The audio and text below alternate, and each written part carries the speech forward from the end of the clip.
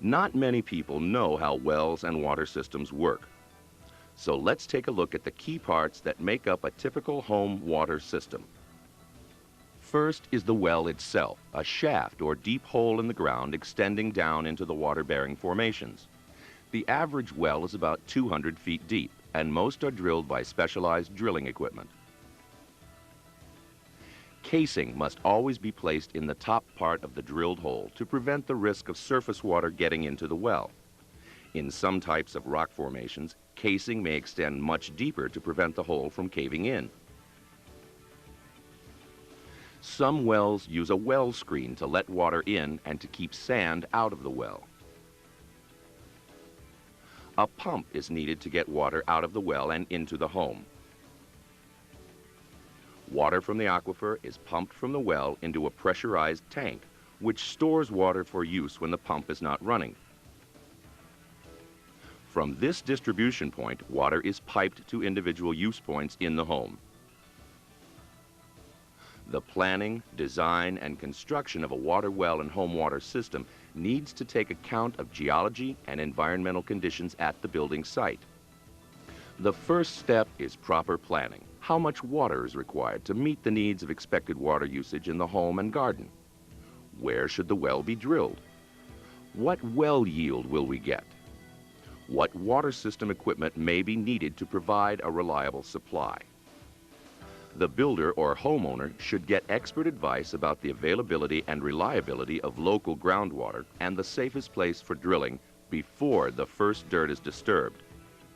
This is the time most prospective well owners turn to experts.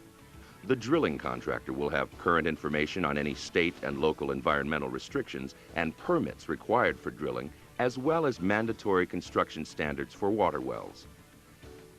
The driller can recommend the best place for a well based on the character of the soil and bedrock and the required distance from other structures or possible sources of contamination. A water well contractor with extensive experience in the area will have records of previously drilled wells. These records provide helpful information on the location, depth, and typical water yields from nearby wells. In low-yielding rock formations, a well probably will need to be several hundreds of feet deep in order to provide adequate supply.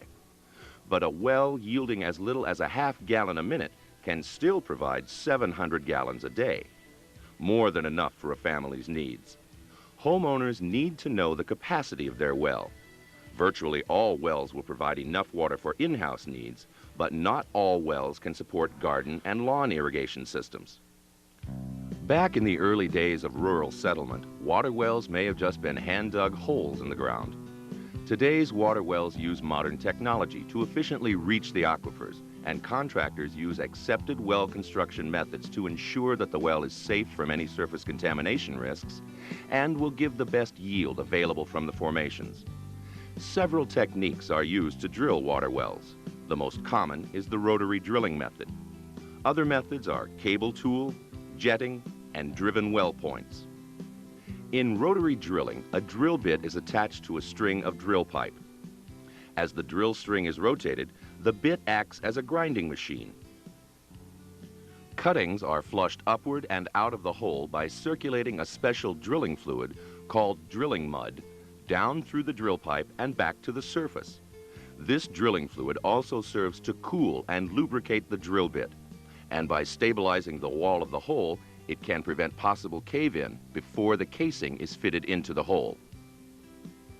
In areas of hard rocks, many drillers prefer to use a rig that operates by compressed air to operate a downhole air hammer to break up the hard rocks. The compressed air also blows the crushed rock fragments to the surface and any water that flows into the well during drilling. Another drilling technique uses a pounder machine, usually referred to as a cable tool drilling rig. With this method, a heavy bit is attached to the end of a wire cable, is raised and dropped repeatedly, pounding its way downward. Periodically, cuttings are baled out of the hole. The method is slow and in most places has been replaced by rotary drilling. The cable tool method is responsible for millions of successful wells around the world. No matter which method of drilling is used, The hole is usually lined with steel or plastic pipe called well casing. The type of casing used is determined by local geological conditions and the chemical quality of the groundwater. In most states, there are recommended well construction standards. Diameter of the drilled hole is usually an inch or two wider than the diameter of the casing. The space between the drilled hole and the casing has to be filled to prevent surface water from migrating downward along the outside of the casing and contaminating the aquifer.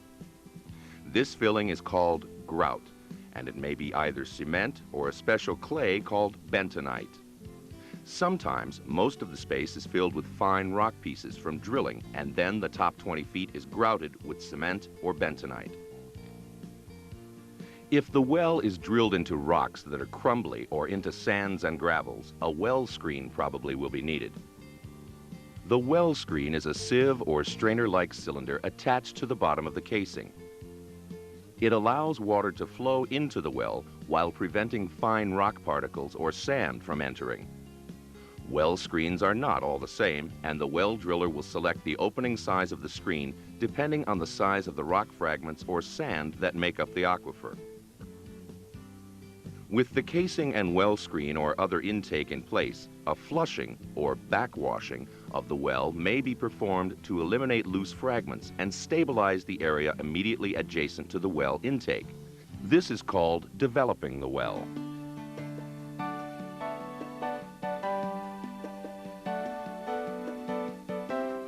Water is pushed from the well to the surface by a pump. For deeper wells, and those at least 3 inches in diameter, an electric submersible pump is usually installed directly in the well. The electric motor turns impellers in the pump, which cause water to be pushed upward out of the well. In some wells, especially in narrow diameter holes where the depth to water is less than 25 feet, a shallow well jet pump may be used. Above ground deep well jet pumps, also driven by electric motors, cause water to be pushed out of the well. Jet pumps have to be protected from frost, and in northern states are often placed in a home's basement. Most home water systems include a water storage pressure tank, usually located in the basement or utility room. An important purpose of the pressure tank is to keep the supply of water to the home's taps and fixtures at a fairly even pressure. The pressure tank also stores several gallons of water, so if you only use a small amount, for example just filling a glass, the pump doesn't have to run during that time. A pressure switch controls the starts and stops of the pump whenever water pressure drops below a preset level. The pressure in the tank is restored each time the pump runs.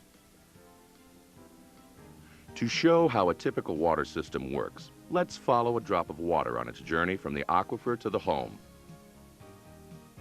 Here is the water drop deep underground. It has been moving slowly through the formations for a few years since it first entered the ground as a raindrop. Right now, there is very little movement of groundwater in this aquifer. Now, what happens when the tap is turned on? At first, the water comes from the pressure tank where it is stored, but as more is used, the pressure switch starts the submersible pump. When the pump switches on, our water drop moves from cracks and fissures in the formation, through the well screen, and into the well. Once in the well, the drop is slowly drawn upwards toward the pump. It passes through the pump intake and is swirled around by the pump impellers and pushed up a pipe. It travels up the pipe into the house.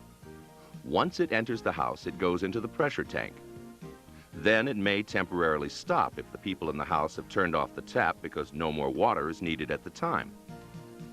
Now the tap has been turned on again. The water drop flows out of the pressure tank and through any water conditioning equipment, in this case, a water softener. The water drop passes through the softener, enters the plumbing system, and emerges at the kitchen tap, from aquifer to coffee maker in the space of a few minutes. Homeowners need to check their water systems from time to time. An annual water test is a good idea, and most water labs will provide sample bottles and instructions. Every few years, a professional contractor should be called in to check that the pump, pressure tank, and conditioning equipment, if you have any, is working efficiently. Like any other mechanical equipment, it makes good sense to have a water system serviced from time to time.